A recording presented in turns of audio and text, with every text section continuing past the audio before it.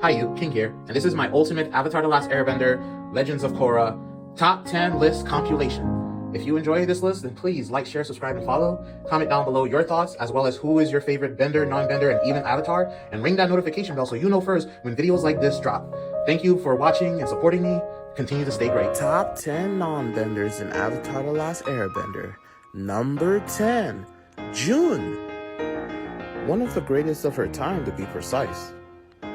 She's a pro at the whip, and if you ain't careful, she'll leave a scar. An elite at tracking people, and is not loyal to any side, only those who pay the most. No surprise she's a beast tamer, and I'm not just talking of man's hearts.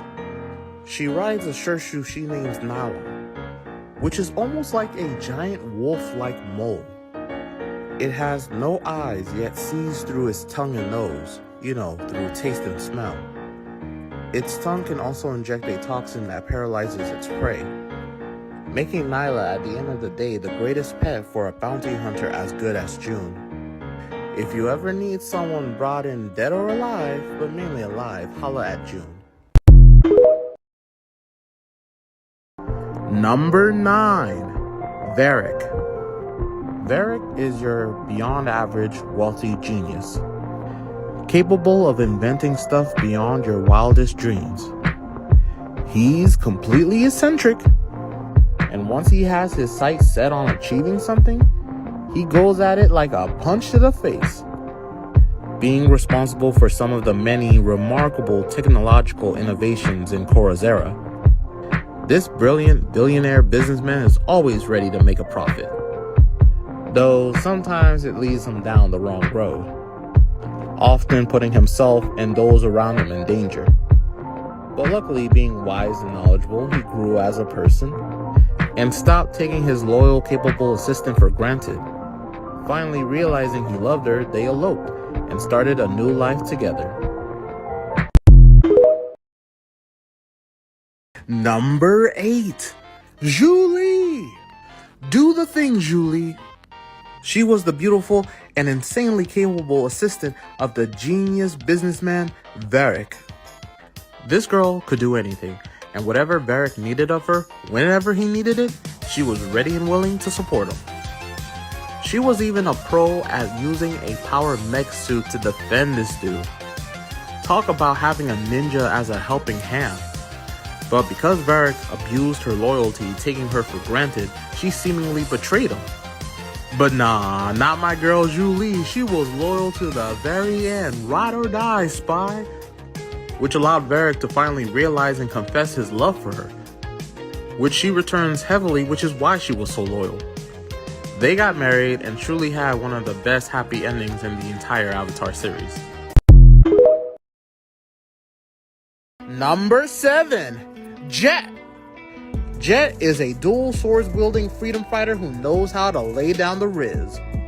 He's a ride or die for his companions, and all he wants is to free the world from Fire Nation tyranny. Mainly because he's obsessed with revenge after what they did to his parents and his village when he was a child. So if you get in the way of that vengeance, don't be surprised when he starts swinging his blades at you. But it is a really bad characteristic for this really cool, capable swordsman. Even when he tried to throw his anger and hatred aside, it dragged him back in. The man's been scarred for life, betrayed, beaten, hypnotized, and even seemingly killed.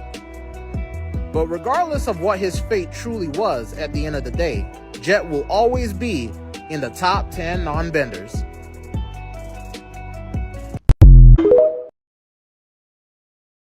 Number 6, Mai. Mai is the definition of complex. She is a governor's daughter, so she comes from a high wealthy house. But she ain't helpless. She can definitely powwow with the best of them. Being an expert knife, dagger, arrow, dart thrower, she has insane accuracy and precision and almost never misses. And once she has a target in her sight, she'll keep going at it until she hits it.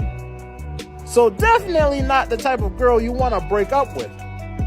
She's also very dark in her personality, very serious, but also laid back. Which is why I feel she's so complex. but maybe it's just me. Either way, she was forced into being part of Azula's elite group of hunters to track and bring down the Avatar. But through Zuko, she awoke to realize she loved him more than she feared Azula. Number 5, Ty Lee. I'm sorry, I have to say this. Ty Lee was a snack on Avatar The Last Airbender. I'm sorry, but I'm not just putting her on here just because of her looks and zaniness. She was an elite fighter. Coming from a circus background, she is incredibly acrobatic and has a profound understanding of chi blocking like none you've ever seen. She is graceful with the leaps and very precise with her knuckles. She is fast, strong, and most of all, loyal. But if she finds that you are definitely not the right type of person to follow, she'll take you down. Because she values friendship and she doesn't want to see a friend get hurt. That's why Ty Lee's so high on this list. She's just incredible. Number 4, Suki. Suki is a proud Kyoshi warrior. And honestly, coming to mind, Kyoshi couldn't have inspired none better. Not only is she well trained and a fierce warrior, but she has a lot of love and heart, which in most cases makes her even stronger because she's very determined to protect what she cares about deeply. But even though she is very kind, don't take her niceness for weakness. Because if you get on her bad side, you'll be making out with the ground pretty quick and hard.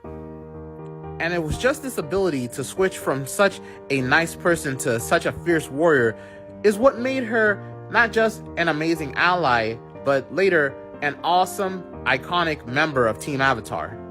Sokka, you really won the lottery with this one. Suki just can't be beat. Number 3, Asami Sato. Asami is a brilliant industrialist, engineer, businesswoman, and capable butt kicker. And not to mention, an insanely good driver. Plus, yes, the good stuff don't end with her. She comes from a wealthy household, so her pockets are packed with money. Did I mention she's an insanely good fighter? Oh, I did? Well, let me say it again because she is insanely good at fighting. Able to not just keep up with, but beat down equalists. Making her not just a remarkable ally to have, but a most valued member of Korra's Team Avatar. Even when her own father's hatred betrayed her, and then, through his love, sacrificed his own life to save her, she never stopped helping. Never stop supporting Korra. Number 2, Master Pyondo. Master Pyondo is an amazing strategist, as well as an exceptional blacksmith and grand swordsmaster. This man lives by the sword, dies by the sword, and has a great eye for talent. Seeing the high potential in Sokka, he decides to take him on as an apprentice, training him so that he may become the great warrior that he sees in him. And thanks to his teachings, Sokka not only becomes a great swordsman, but a greater warrior than he already was. And it only makes sense that this secret member of the Order of the White Lotus would be this wise. He might have lived within Fire Nation borders, but just like with Uncle Iroh, he disagreed with their methods of trying to bring their own form of balance to this world, and was more than willing to not just help his apprentice, but Team Avatar bring an end to the war. Number 1, Sokka. Now, before any of y'all say it, yes, this ain't biasy. Sokka, to me, has proven to be the best non-bender. Why? Because other than Zuko, he has shown to have the greatest character growth in all of Avatar. Starting out as someone you would never even trust in war for being too goofy, inexperienced, or weak. But Sokka had the greatest potential, and he proved it time and time again, growing smarter, stronger, and overall better as a warrior than any other character. Not just befriending a lot of people, but just like with the Avatar, learning from them, training with them to become overall better. And he, just like his father and Master Piandao, is an amazing strategist and combatant. He's come a long way, which is why, like his sister, he never stopped being a valued member of Team Avatar.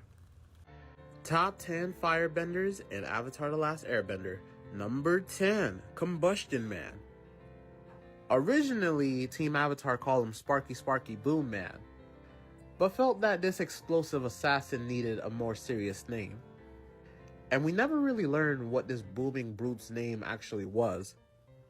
All we could really remember about him was the fear of God he put into each member of Team Avatar's souls, because of regardless of how much they threw at him through their bending, it wasn't even close to stopping him. Earth, water, air, even fire. That just goes to show you how powerful combustion bending is. To be able to blow stuff up with your mind? Too bad it has a fatal weakness, the third eye mark. If you hit that, their chi flow gets all messed up and they are unable to combustion bend properly. Meaning combustion bending becomes a severe liability. Number 9, Plea.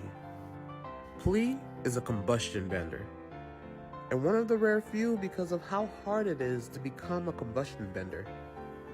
Literally having to be forced to do deadly training where you are trained to the bottom of the ocean just so you are able to hopefully produce combustion bending. And because of how many firebenders die during this lethal training is the reason why there's so few combustion benders. Plea herself seems to be much better than Combustion Man because of her personality and how she's able to work with a team and seems to be a bit more skilled than he was, which led to her surviving a lot longer than he did, but still in the end, meeting the same fate, self-destruction. Too bad for Sparky Sparky Boom Girl. Number 8, Mako. Now, Mako started out as a pro bending player, which is an athlete and a competitive, combative, bending-focused sports game. But after meeting and befriending the Avatar, he leveled up, becoming a hero of sorts. Even going so far as to get a legit job that mirrors his now more duty-bound personality, becoming a firebending police officer. Now, on paper, Mako just seems like a normal hot boy average firebender, as he is able to simply firebend and redirect and shoot lightning. But with having both gained experience from pro bending and with working with the Avatar to save the world, he became one of the most elite firebenders of that era, which goes so far as to show he's much more than just a pretty face. Number 7, Jong Jong. This dude is a firebending genius. You do not want to have an Agni Kai with Jong Jong, cause he'll burn you worse than Ozai did Zuko's eye. Originally, Jong Jong was sought out to be the one that would teach Aang firebending, even being so far as to be forced by the spirit of Avatar Roku to teach the little airbending boy the ways of fire. But the boy was too arrogant and accidentally hurt somebody he loved. So they decided to put a little pause on learning the hot stuff. And last we saw of him, after he helped Aang and the team escape some firebender soldiers, he went and revealed himself to be one of the White Lotus members, the best of the best, which is why he's definitely top 10 firebenders. Number 6, Fire Lord Ozai. There's a reason why this guy was not only foreshadowed to be a major threat, but feared throughout the series. And it wasn't just because he was leading an entire army of firebenders into subjugating the other 3 nations. It was because this guy was about his business. Anyone dare step to him, even his own blood gets burnt in the eye. Don't get me wrong, he wasn't the greatest firebender, but he was pretty OP, especially thanks to Sozin's Comet. I mean, Aang might be a pacifist, but in the Avatar state, he's basically like a nuclear weapon. And Ozai was still keeping up with him, throwing hands, catching hands. he was hanging with the Avatar, which shows why he's definitely top tier. Number 5, Azula. Princess Azula, to be more accurate, and to show top respect to the Blue Flame Queen herself. Being born a firebender prodigy, she was definitely going to be in the top 5 of the top 10. Her flames burn so hot, they burn through stone, they burn through her victims. Honestly, they're more deadly than when she shoots lightning, my bruh. Being able to fly like a fighter jet, and when you combine that level of firepower with her quick wit cunning and merciless attitude with dominating personality, no wonder Zuko had as much sister issues as he did daddy ones. So regardless of how insane Azula ended up becoming, she's still crazy hot. Number 4, Uncle Iroh. Now, it's not really hard to believe, but Uncle Iroh is the heart of Avatar The Last Airbender. He's the guiding light for most of the characters on the show. But he's not just sweet with his words. This man's sweet with everything. His hands, his firebending. They don't call him the Dragon of the West for nothing. He even started and developed the skill for what would become redirecting and shooting lightning. From the little stuff he learned from the waterbenders, showing you not only how open-minded he is, but how intelligent too. This is why this wise fire breather really is most people's favorite character. Unfortunately, as a firebender, I couldn't place him higher. Number 3, Zuko. Zuko has the best character development in the entire franchise, hands down. And not only is he a skilled fighter, fantastic with the blade, he is one of the most amazing firebenders in the entire series. Honestly, if it wasn't for the other two on this list, he would probably be top tier. Learning how to greatly firebend from the firebending masters, who are literal dragons, along with teaching the Avatar the last element he needed to learn to take down Zuko's evil father, Ozai, he beat his powerful flying blue firebending sister. He went on to become Fire Lord himself, helping the Avatar to usher in a new age of peace, but still kept on whooping butt even as an old geezer. Number 2, Roku. Now you had to see this coming. I mean, every Avatar is born into one nation, part of the Avatar cycle, and we don't know much about the various Avatars born into the Fire Nation except for a few like Roku. But as you can easily imagine, being born the Avatar would make you naturally one of the strongest firebenders. Not just because of the boost in power when it comes to bending that element, but because you also have access to the other 3 elements as well. Also, Roku was so wise, so helpful to Aang. And yes, he failed to stop Sozin from starting the 100-Year War. But that's because he had to take on a sudden, giant active volcano that would have threatened to destroy the entire Fire Nation, so I don't blame him for having to take a dirt nap. Number 1, Avatar 1. Being the very first Avatar, the very first element that he gained the ability to bend from the lion turtles was, yes indeed, fire. Meaning, the very first Avatar started as a firebender, which is why it makes so much sense why he's number 1 on the firebender list. I always had a feeling, I always had my theories that the very first Avatar's very first element was fire. So imagine my glee when I found out I was right. And Wan is so cool because he started out so flawed, but not only redeemed himself, but proved himself in the eyes of both people and spirits.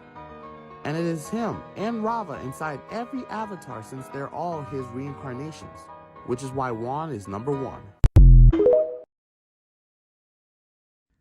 Top 10 airbenders in Avatar The Last Airbender. Number 10, Boomy, second generation. This new Boomy is the son of Avatar, named Boomy after Aang's dear old friend. And taking after his uncle Sokka, Boomy, this iteration of Boomy, is very adaptable, fluid, energetic, funny, and combat ready. Well, kinda. Never taking anything too seriously because he never really thought people expected that much from him. Because he wasn't born an airbender, later in life though, because of how lucky this character is, he became one through harmonic convergence. Now taking training seriously, building a stronger relationship with his brother, this new Boomy ended up becoming one of the best new airbenders there is. Aang would be so proud. Number 9, Ikki. One of Tenzin's daughters and one of Aang's granddaughters. Ikki is very energetic like her siblings. Well, maybe not Jinora, but still. She is very smart, very insightful, and also very kind and always looking to help, like her overall family.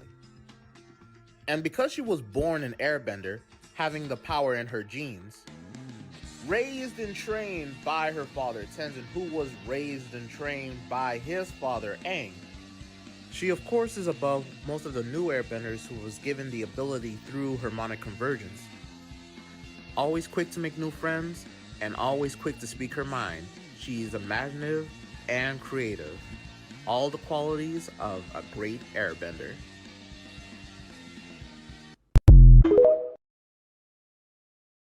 Number 8, Milo. Milo is the adorable grandchild of Aang and Katara, and the spunky, sometimes overconfident first son of Tenzin. He's a little rascal, but he has a kind heart, always looking to help. Being like a gas ball of air, he can sometimes be a little bit much, but he loves his friends, family, and animal companion and will do anything to protect them. And of course, with being Tenzin's kid, he started off Korra's series being better than most of the new airbenders that were born through harmonic convergence. But he got even better with maturity, becoming a little bit more disciplined, getting to go on important missions that involved, well, saving the world like good old Team Avatar. Trust me, I don't think you can handle all this, Milo. Number 7, Opal. Opal is the granddaughter of Toph Beifong, but unlike her other siblings, she wasn't born an earthbender. But through harmonic convergence, she gained the ability to airbend and became one of the new air nomads. And after receiving training from Korra and Tenzin, she would utilize her new airbending abilities to help the other nations as well as support Avatar Korra. Now, Opal is very loving and kind, but if you get on her bad side, she will come down on you with full force, and not in a good way. She would later on go on many missions to stop the rising crime rate happening in the Earth Nation, and she would go on to walk in her grandmother's footsteps, protecting this world and really making Toph proud. Number 6, Kai.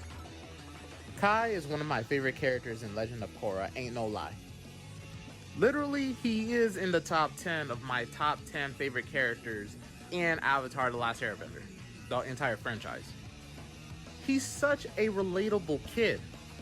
Starting off as a drifter burglar because he didn't really have much to his name, he became an airbender through harmonic convergence and was able to turn the whole thing around.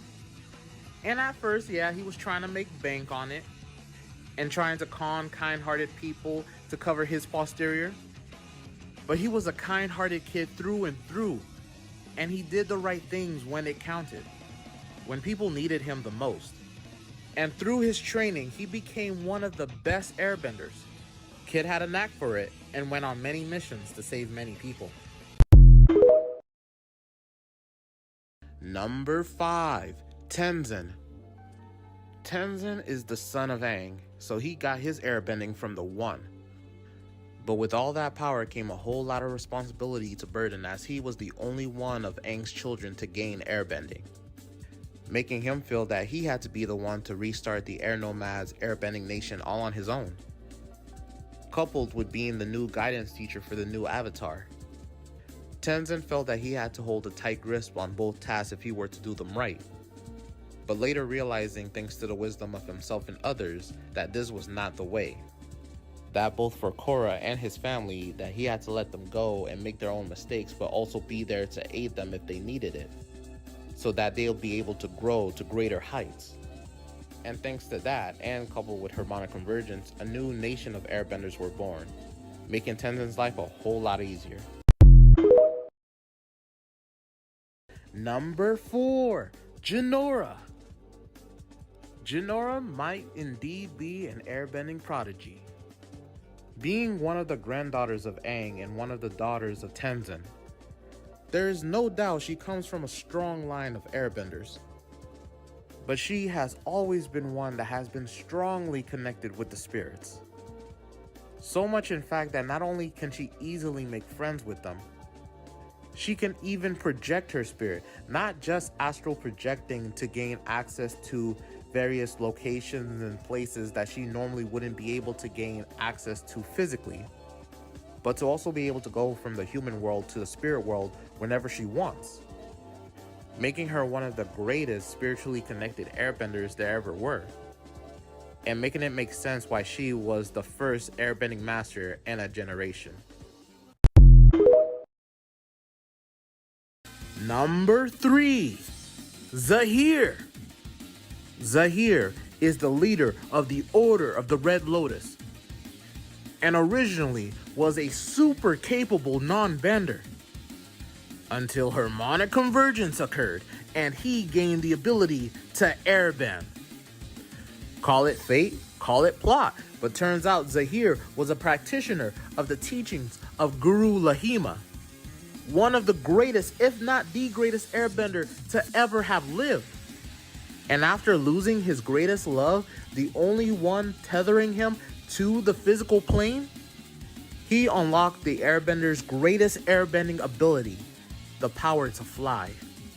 To be absolutely weightless. Too bad, because of his radical beliefs that government leaders and the Avatar needed to be exterminated for world growth, led him to becoming a caged bird again. Number 2, Yangchen. Yangchen was the air nomad avatar that, thanks to her devotion and wisdom, brought about a generation of peace. But don't get her wrong, just because she wanted to bring about peace doesn't mean she wasn't willing to throw hands. And people feared Yangchen for her ability to throw down, as regardless of coming from the background of monks, she had the power and the determination to do whatever it took to keep about peace in this world. And not just violently, as she would adapt herself into using complex political strategies, such as manipulation, espionage, and even deceit. But thanks to her duty as the Avatar, she was revered as a holy individual that kept a whole generation of war from occurring after her death. Number 1, Aang. Aang deserves this seat because he truly was the last airbender after the Fire Nation came in and massacred his entire nation. And he has both the angel and devil's luck on his shoulder, because not only did he avoid that massacre by running away and getting frozen in an iceberg, but he conveniently got freed from that iceberg by Katara and Sokka 100 years later, with enough time to achieve so many great feats before the next Sozin's Comet. Mainly through airbending and mainly as a kid, he defeated the new Fire Lord in a peaceful way, which most avatars didn't even think was possible, and would live on to do greater things. And keeping his air nomad roots of peace alive to the very end, he would die knowing that future generations of airbenders would be born and live on thanks to him. Top 10 waterbenders in Avatar: The Last Airbender. Number 10, Hugh. Hugh is part of the waterbenders that separated from the overall tribes and went on their own path into the swamp. There, they're more in tune with nature and started waterbending swamp water and hunting swamp creatures for sustenance. And Hugh, besides monks, is the most hippy-dippy guy you'll meet in the Avatar world. I mean, he's so in tune with nature, he can bend the water within plants and vines, allowing him to have started and developed the unique and rare style of plant bending, for which, if you have enough vegetation at your disposal, allows you to make a jungle, forest, or swamp, for that matter, your absolute domain where you have complete advantage. You can even make yourself appear as a plant or swamp monster to strike fear in your enemies. Number 9. Paku. Now, Paku is a grandmaster of waterbending. Not only is this dude great at his craft, he's also great at teaching those to be also great waterbenders as well. If they have the potential for it, that is. The only downside to this well-respected character was his original views, believing that women with their waterbending shouldn't be warriors, but instead healers via tradition. But it took a very determined, very passionate, very talented waterbender, aka Katara, to push him past those old-timey views and wake him up to the reality of what is. And that is, waterbenders can choose for themselves on whether or not they want to be healers or warriors. This secret member of the Order of the White Lotus grew overall as a better person because of this, and became an awesome granddad. Number 8. Kaya. Kaya is the waterbending daughter of Avatar Aang and Katara. Of course, taking more from her mother's side, Kaya is an amazing healer.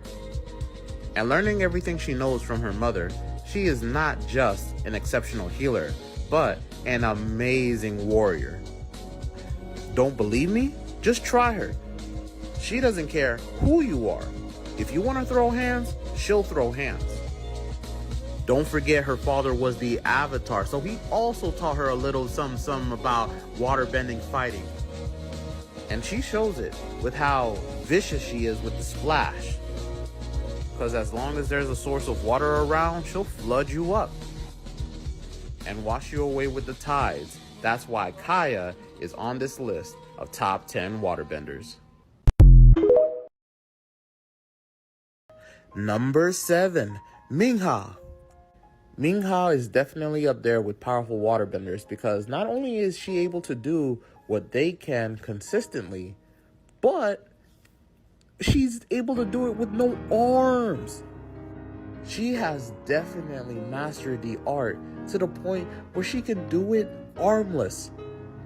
Being able to consistently summon water tentacles for long periods of time to act as a type of versatile prosthetic limbs to make up for her missing ones. And boy, do they make up for it. She is a monster in a fight. You do not want to go up against her, because she'll freeze you cold and slice you up before you even know. She is a fierce and loyal member of the Order of the Red Lotus, and it should be more than obvious why, because she never had not having arms stop her. Number 6. Katara. Now, before any of y'all hang me in the comments, gotta hear me out. Katara is a waterbender prodigy who will always be one of the best, if not one of the greatest waterbenders in the Avatar universe you will ever meet. Not just by going from mediocre amateur to advanced mastery in her waterbending, with the healing and the blood bending and even some plant bending in the comics, but she was even able to take down hardcore adversaries like Azula, always being the bigger person, aiding, helping, and even forgiving people like the motherly figure she is. She even got with Aang and mothered some amazing kids, and lived long enough to aid the new Avatar after Aang and her brother passed. Number 5. Tarlok. Councilman Tarlok seemed like he had the best intentions for Republic City, but the way he would abuse his authority to bully those who didn't agree with his views or values. made him no different to any other criminal in Republic City. And turns out, he was derived from one, as Yacone, one of the baddest gang bosses Republic City has ever seen, was his father, who was stripped of his powerful psychic bloodbending by the Avatar and decided to try and teach it to his kids, one of which, Tarlok, ended up resenting his father for it, but ironically ended up becoming just like his dad. Bribing, extorting, incentivizing people with brutality or fear of arrest. And don't forget bloodbending until all of that was stripped away from him by his brother. Number 4. Amon, secretly known as Nautak. Pretending to be a non-bender that was burned by firebenders that was gifted the ability to take bending away by the spirits. Nautak, as Amon, was a fierce fighter that created the Equalist group to start the non-bending revolution. To take bending away from all benders, to make everyone equal, believing bending was the sole reason behind war and conflict in the Avatar world. His father, Yacone, taught him everything he knew, as he was a gang boss able to bloodbend without a full moon.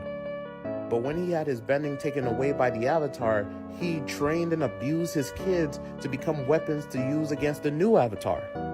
But Nautak threw that idea away along with his family and started utilizing his bloodbending to strip benders away of their bending until his brother stripped them both away of their life. Number 3. Karuk.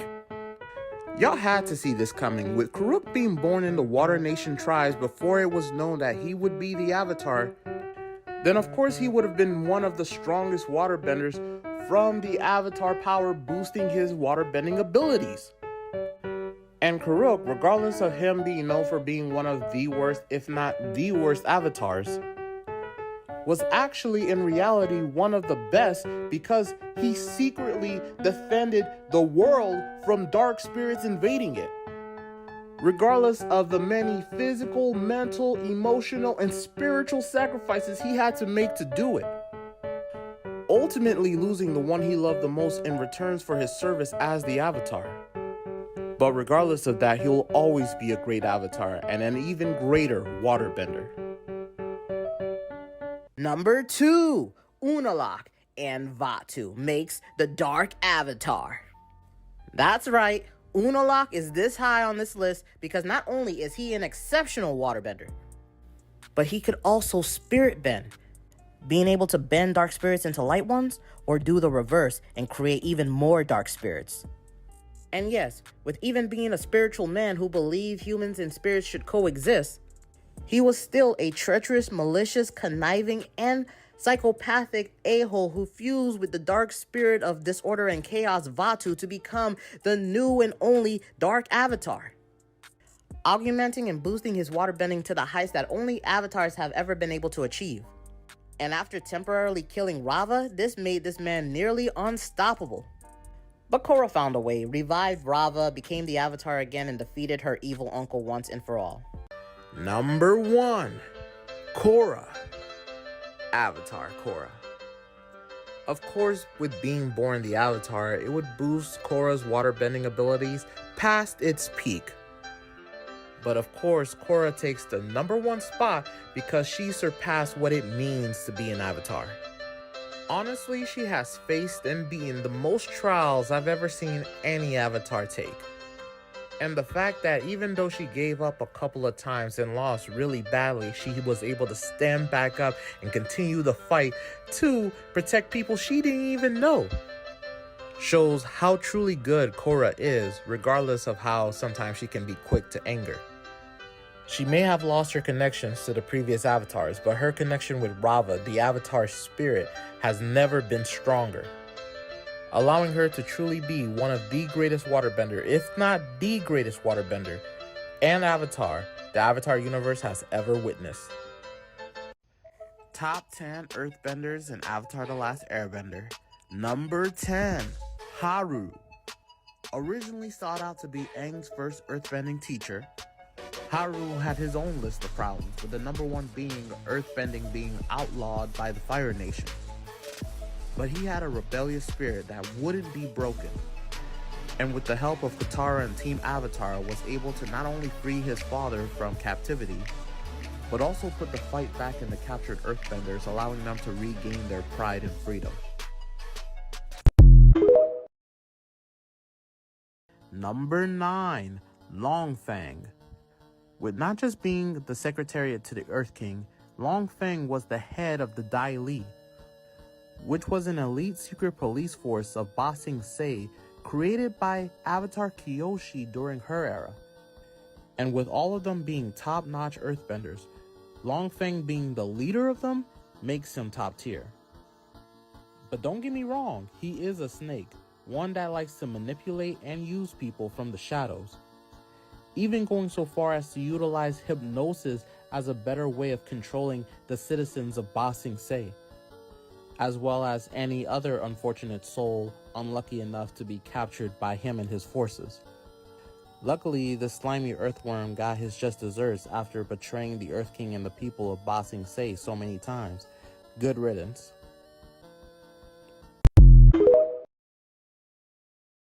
Number 8, Bumi. Bumi is the king of Omashu, and he's over 100 years old. He's a cookie one, but is kind and playful at his center. And he is a ridiculously strong earthbender. So to have him this early on the list should clue you in that we're about to get some really good ones later on. Not to mention, Bumi is wise, being secretly a member of the Order of the White Lotus. His powerful earthbending only comes second to both his wisdom and his experience. I mean, when he had to, he single-handedly took an entire kingdom back from the Fire Nation in one day. All to say, Bumi's no joke, even though he likes to joke around. Number 7, Suyin Beifong. That's right, one of Toph's daughters. And just like her mom, she is wild.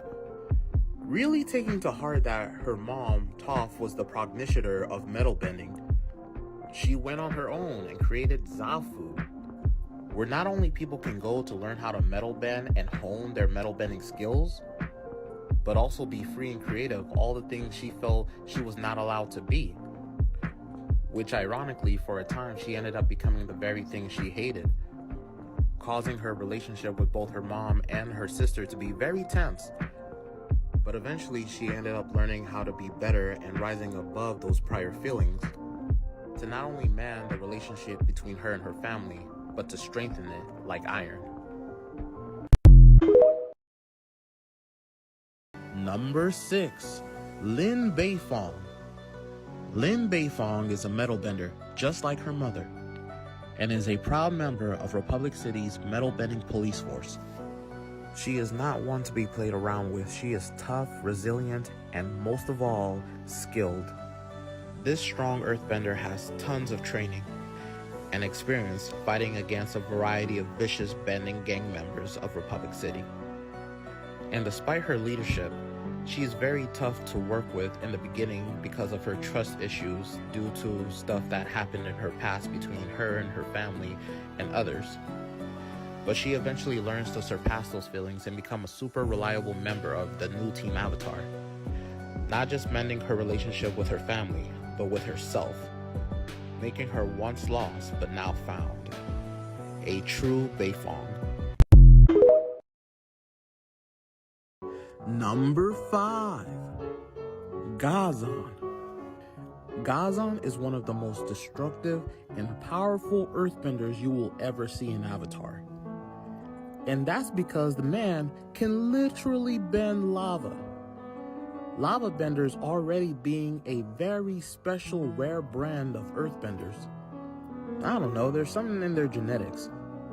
But to be able to bend earth in such a way that you can quickly form it into magma and then just control that hot lava and spew it on your enemies, and then after burning them alive, quickly cooling that molten earth back into regular stone and rock.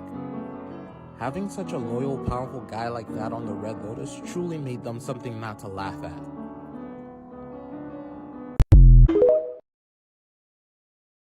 Number 4, Bolin. Bolin started as your average pro-bending earthbender. He was in it for the love of the game, the sport, and for a time, even became a mover actor. But through all of that, he doesn't care about the fame or success. He only cares about protecting his family. That's what matters most to him. And he's such a strong earthbender to be able to do so. Even finding out that he's one of the rare few lava benders. The most powerful type of earthbender there is. Not saying that there aren't earthbenders that don't bend lava that isn't above him, especially since he was new to the bending type. But he quickly made it his own and used it masterfully to help support Team Avatar.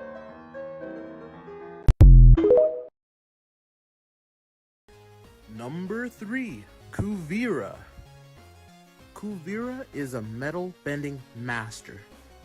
But the ability to do that amazing craft isn't the only thing that defines her. As she is a master tactician, was the leader in a powerful Earth Kingdom army, and was an expert fighter capable enough of throwing hands with the Avatar. I mean, honestly, when it comes down to it, if it wasn't for her nasty personality, Kuvira could have ended up ruling the entire Earth Nation. I mean, she even piloted a giant mech through metal bending that had a super giant laser cannon weapon on its arm that she brought into battle, leading her armies. That's why Kuvira is so high on this list. She's no joke. Number 2, Toph. Toph is one of the greatest earthbenders in the series, hands down. The fact that she is such a prodigy at the craft, at such a young age being a champion trained by the Badgermoles, the original earthbenders. She achieved all of this blind, just like them. She even founded and developed the craft of metal bending. She even founded an academy to help spread and develop future metal benders. And that was after helping Team Avatar beat Fire Lord Sozin, by the way. And later, as an adult, she would go and become one of the best metal bending police officers Republic City has ever had. And as an elder, still finds herself helping the next Avatar. Toph just won't stop. Number 1, Kyoshi.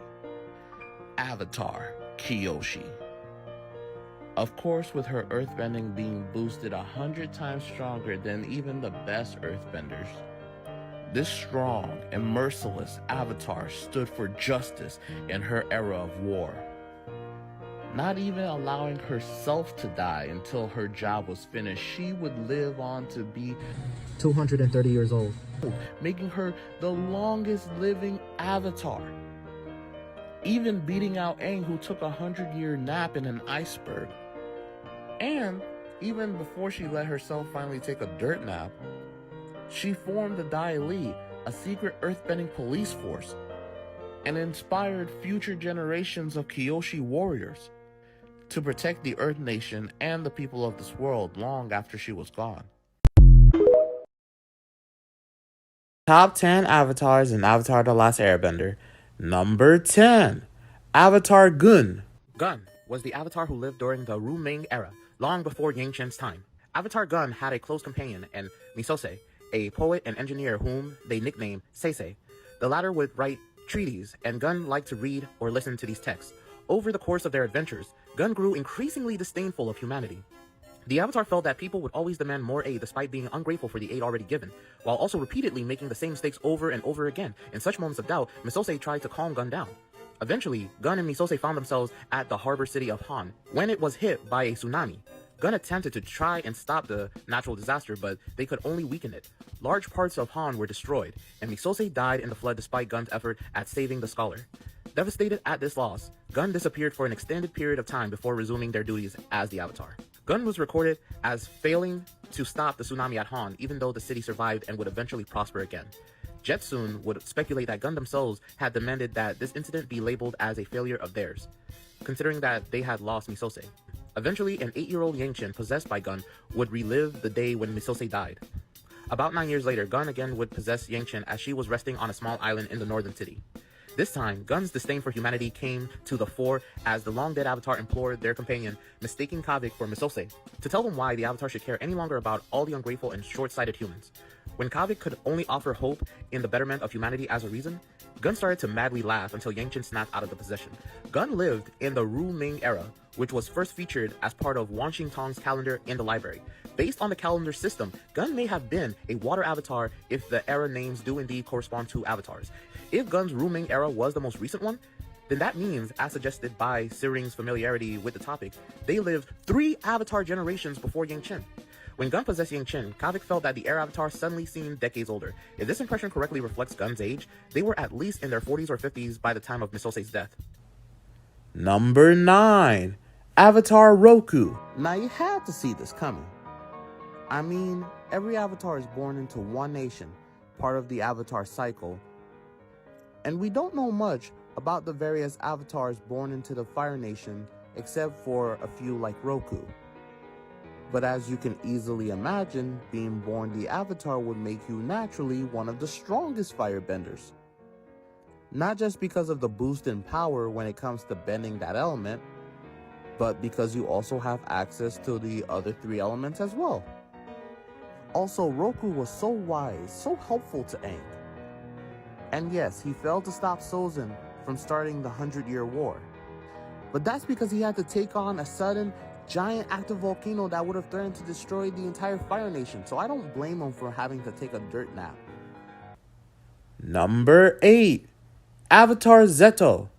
Avatar Zeto was the Fire Nation avatar preceding Avatar Yangchen, living in an era of immense crisis that threatened to destroy the Fire Nation. Zeto saved his home country by becoming a bureaucrat, diplomat, and an accountant in service of Fire Lord Yosor. Eventually rising to Grand Advisor, Zeto greatly strengthened the Fire Nation's government, restored economic balance, and set up programs to aid the poor and needy. Zeto was an ideal for all Fire Nation officials to live up to, and a shining example of Fire Nation values in general: efficiency, precision, and loyalty. Zeto had great bending powers, but even greater than that, administrative skills. In addition, he was regarded as a highly talented public speaker, a skill which helped him at becoming a flexible diplomat. Beyond these publicly displayed abilities, Zeto was also a master at espionage and deception. Number 7. Avatar Kuruk. Y'all had to see this coming, with Kuruk being born in the Water Nation tribes before it was known that he would be the Avatar. Then of course he would have been one of the strongest waterbenders from the Avatar power boosting his waterbending abilities.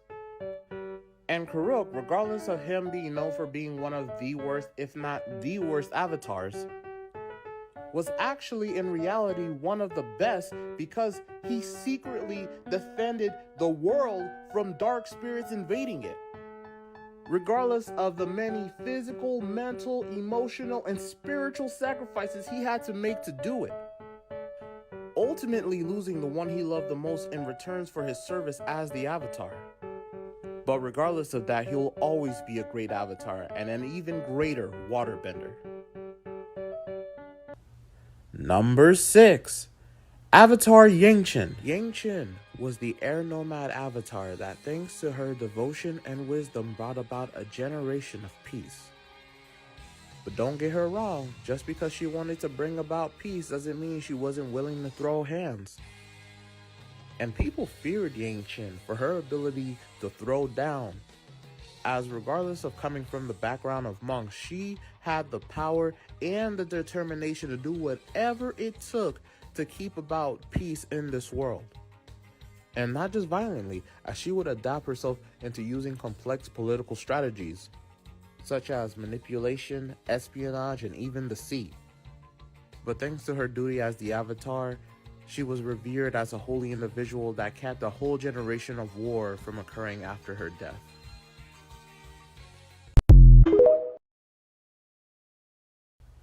Number 5. Avatar Salai. Not much is known about this avatar, except he was born within the Earth Kingdom. so he came right before Avatar Zeto. And he must have had a lot of achievements during his era, as he was remembered for being one of the greatest avatars. And Salai is the shortest known avatar, dying as so at an old age. But with the fact of him being known for being one of the best avatars, probably meant he had overwhelming strength to make up for it. Number 4. Avatar Kyoshi. Of course, with her earthbending being boosted 100 times stronger than even the best earthbenders. This strong and merciless avatar stood for justice in her era of war, not even allowing herself to die until her job was finished. She would live on to be 230 years old, making her the longest living avatar, even beating out Aang, who took a 100-year nap in an iceberg. And even before she let herself finally take a dirt nap, she formed the Dai Li, a secret earthbending police force, and inspired future generations of Kyoshi warriors to protect the Earth Nation and the people of this world long after she was gone. Number 3. Avatar 1. Being the very first avatar, the very first element that he gained the ability to bend from the lion turtles was, yes indeed, fire. Meaning, the very first avatar started as a firebender, which is why it makes so much sense why he's number 1 on the firebender list. I always had a feeling, I always had my theories that the very first avatar's very first element was fire. So imagine my glee when I found out I was right. And 1 is so cool because he started out so flawed, but not only redeemed himself, but proved himself in the eyes of both people and spirits. And it is him and Rava inside every avatar since they're all his reincarnations. Number 2. Avatar Korra.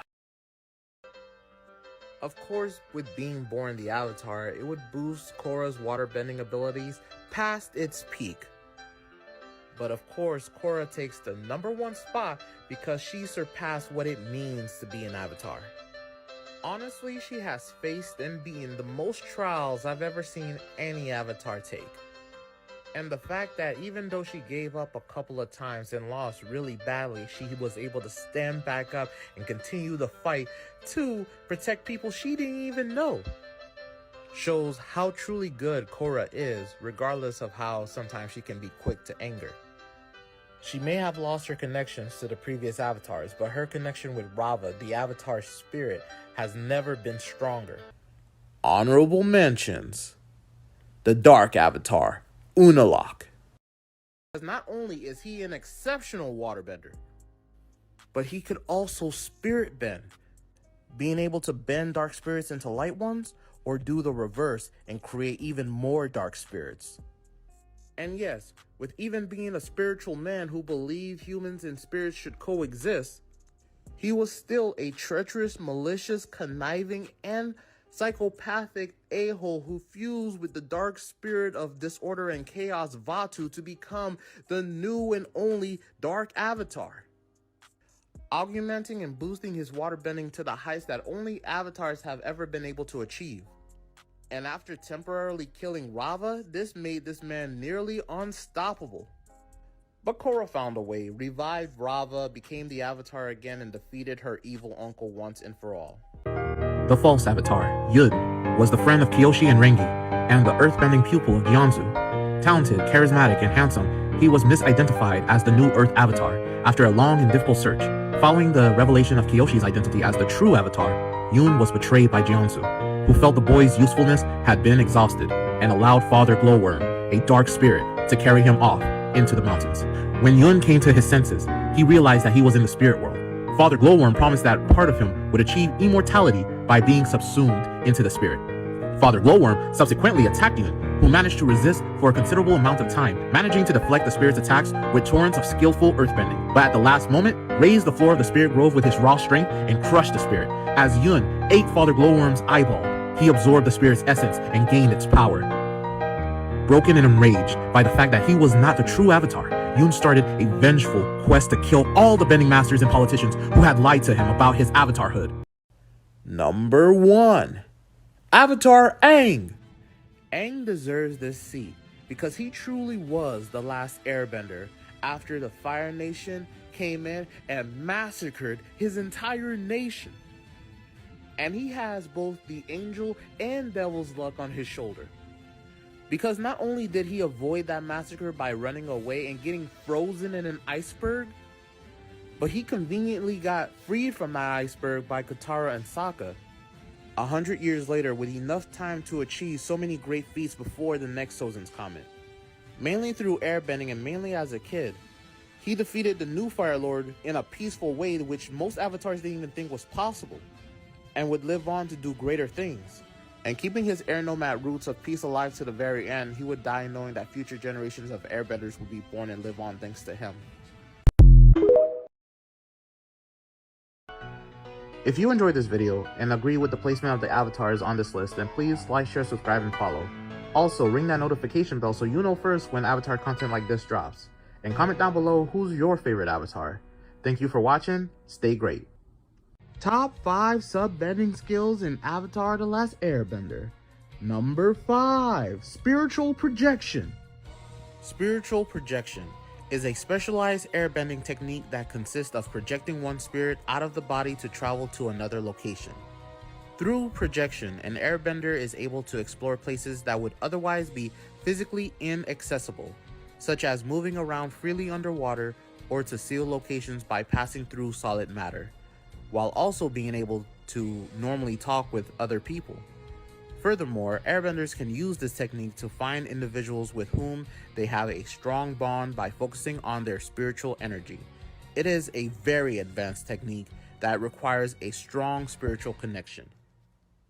And though similar, this technique is different from the astral projection created by Korra, which is an energy bending technique. And with its greatest weakness being your physical body's left vulnerable.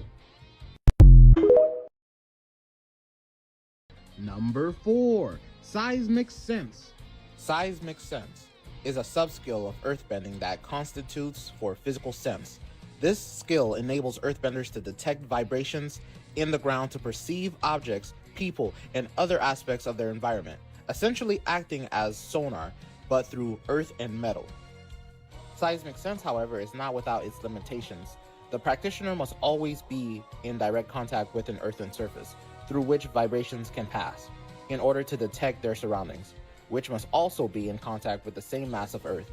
As such, a seismic sense user can detect airborne objects regardless of their alloy by estimating their flight path based on the stance of the person who launched them had on the earthen surface. If the user is in air or water, or even standing on a non-earthen solid such as ice or wood, the bender will be unable to sense anything through that substance. Number 3. Healing. Healing is a subskill of waterbending that allows the bender to heal wounds by using water as a catalyst. They can redirect energy paths around the body, concentrating more energy into a wounded area and allowing that area to heal at an accelerated rate. While this technique is effective on external physical wounds, its ability to repair internal injuries and cure illnesses is more limited. The skill level of the healer as well as the quality of the water used also plays a role in its effectiveness. On rare occasions, waterbenders may instinctively be able to use this technique without any formal training. Typically, healers use a small quantity of water and apply it to the area they wish to heal, though for more serious ailments, the patient may be submerged entirely in water. Number 2. Lightning generation and redirection. Generating lightning was the first, as it is an advanced subskill within firebending that allows the user to produce electricity by separating the positive and negative energies internally, before directing it up through the arm and out the fingertips. This technique is extremely precise and deadly and is referred to by some as the cold-blooded fire, while redirecting lightning was the second subskill of firebenders that was developed later by Uncle Iroh, that allows firebenders to absorb electricity into their body as energy and channel it in a more desirable direction. Iroh developed this technique by studying master waterbenders who redirect an opponent's energy rather than oppose it head-on. Lightning redirection works well for both natural and bender-generated lightning, and for electricity conducted through metal. Number 1. Flight, also called weightlessness, is a complex and extremely rare skill that has only ever been demonstrated by 2 known airbenders, Guru Lahima and Zahir. It is referred to as the highest level of airbending, and was such a unique ability that it was believed to only exist in legends. It is achievable through a complete denouncement of all earthly desires, which results in true freedom. The principle behind flight is to become one with the wind, mimicking its freedom from limitations and inhibitions, in both the physical and mental sense. Once an airbender has embraced these principles, they can fly and hover in whatever way they want for however long they want, even 40 years without ever needing to touch the ground, but they'll still be at the mercy of their surrounding environments. Like if there are tornadoes nearby, they'll be sucked into it. Top 10 subbending in Avatar The Last Airbender. Number 10. Spirit bending. Spirits, coming from the spirit world, are a vast range of paranormal and supernatural entities that often embody different aspects of life and nature. This technique involves using healing to change a spirit's negative energy into positive energy, restoring its internal balance in the process. It is performed by encircling a spirit in water and is completed when the spirit begins to glow bright yellow, at which point the spirit dissipates or assumes a pacified form.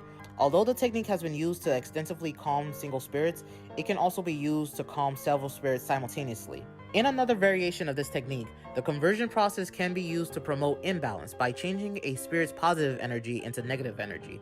The mechanics of the technique remains the same, although the spirit is covered by purple light instead of gold.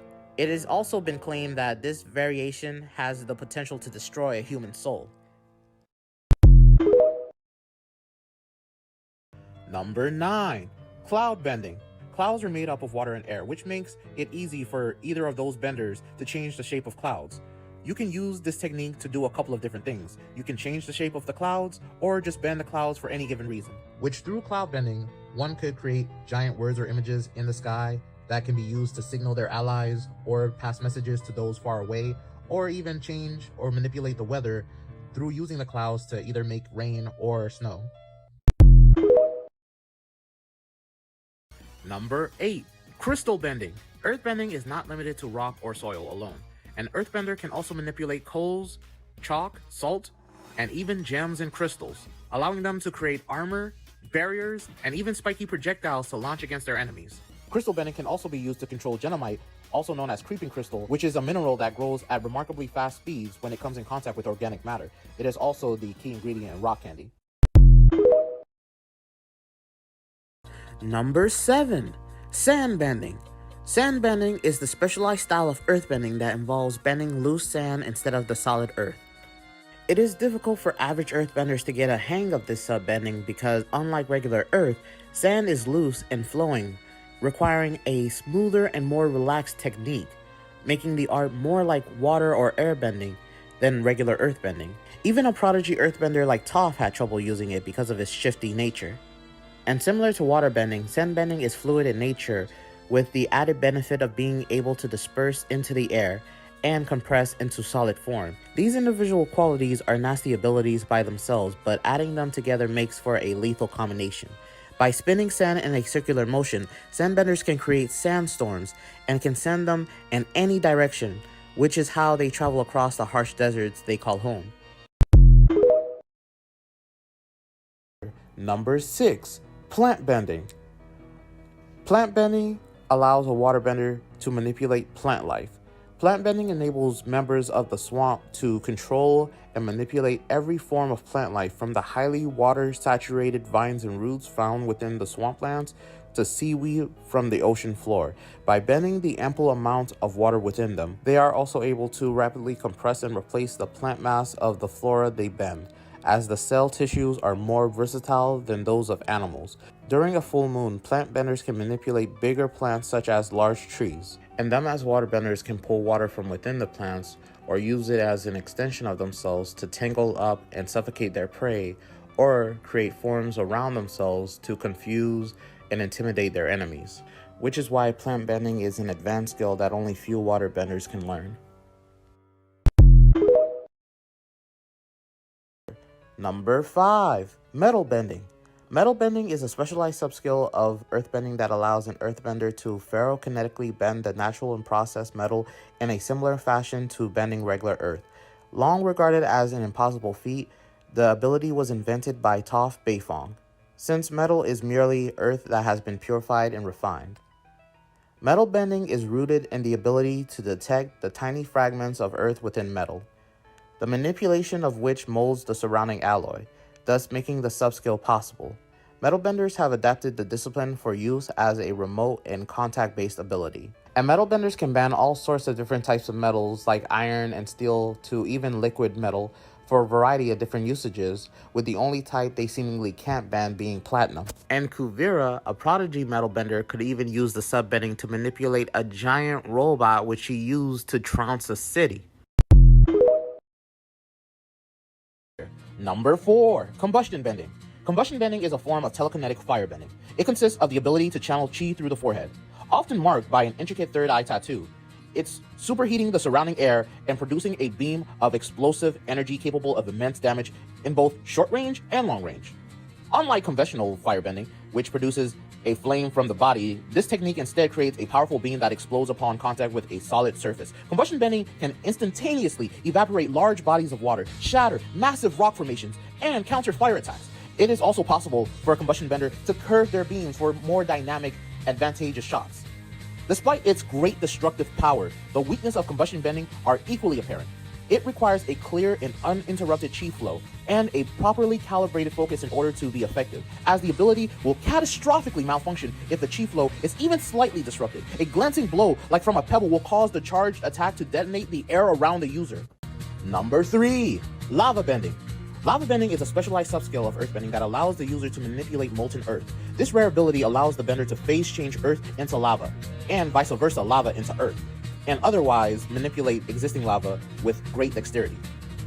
Since lava bending is seen to be a unique genetic trait only found in rare few earthbenders, it is potentially the most powerful and versatile earthbending ability that provides an earthbender with an array of both offensive and defensive possibilities during battle, since only a small amount of earth is necessary to create a useful amount of lava to bend.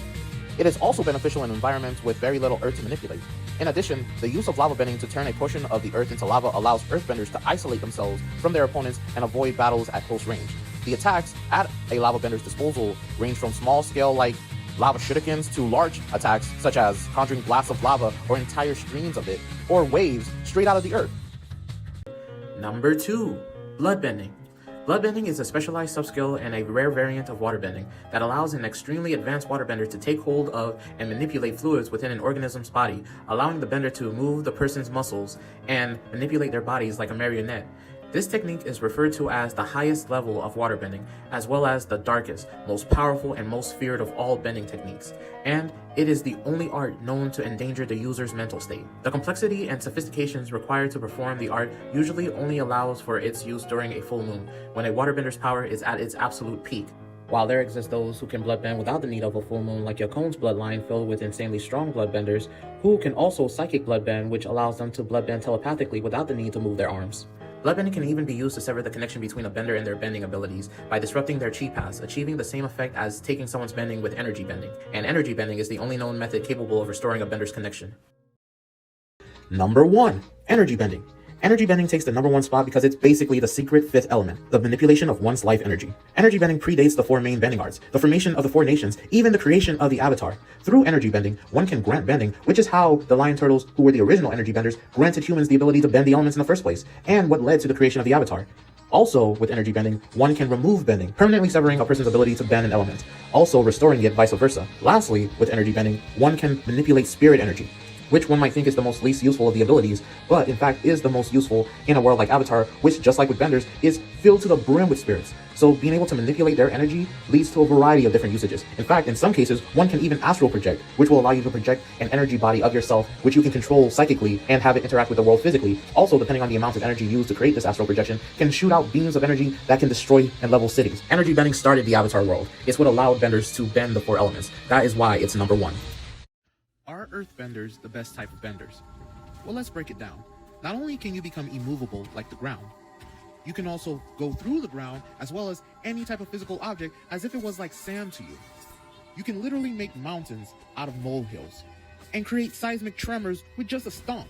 And when you add the plethora of various bending styles like metal, lava, and crystal, earthbending is legit. Firebenders, are they the best type of benders? Well, let's get into it. With firebending, you don't need to draw it from anything else. The fire literally comes from within you. You'll be able to ignite the energy inside you to create a massive blaze of flames. And once you've mastered the energy flow, you'll be able to even redirect lightning and shoot it.